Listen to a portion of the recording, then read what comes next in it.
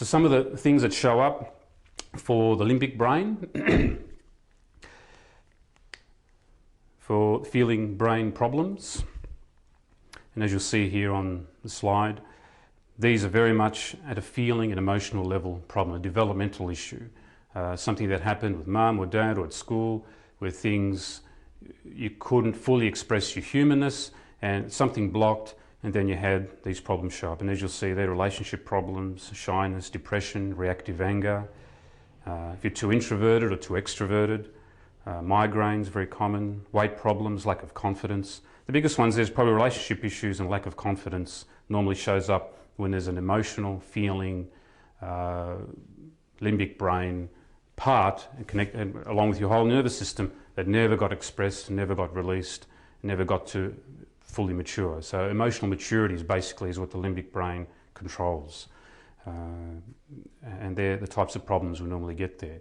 The types of problems with the cerebellum, sensory motor brain, very different, very different. And we'll just cover some of those.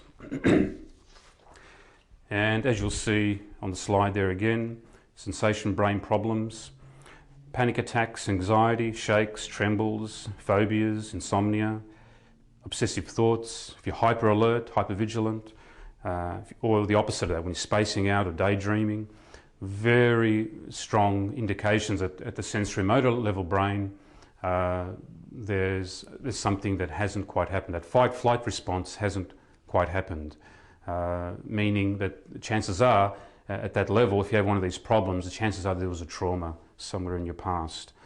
You could have had a great upbringing, wonderful parents, emotionally, could be fully emotionally mature at the limbic brain level, got confidence, got great relationships, but you just get a panic attack every now and then, or a shake, or a tremble, or you can't sleep. And you think, and some people will go to counsellors and think, oh, I had a great childhood and everything, I can't see anything wrong, I can't see why I'm feeling this way.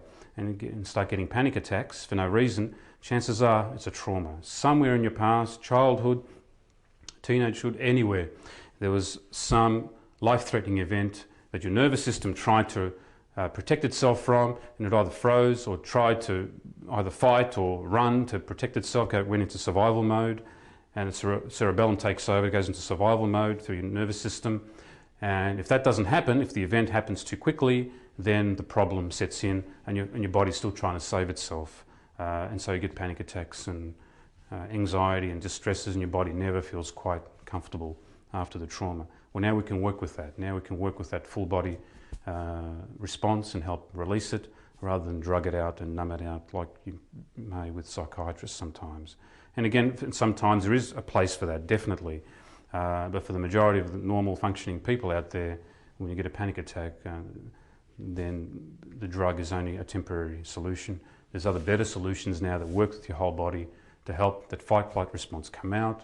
Your body saves itself, and then the whole nervous system just relaxes and you're back to normal again. Okay, now we're just going to go to a little break, and when we come back I'll talk about PSH therapy and body psychotherapy.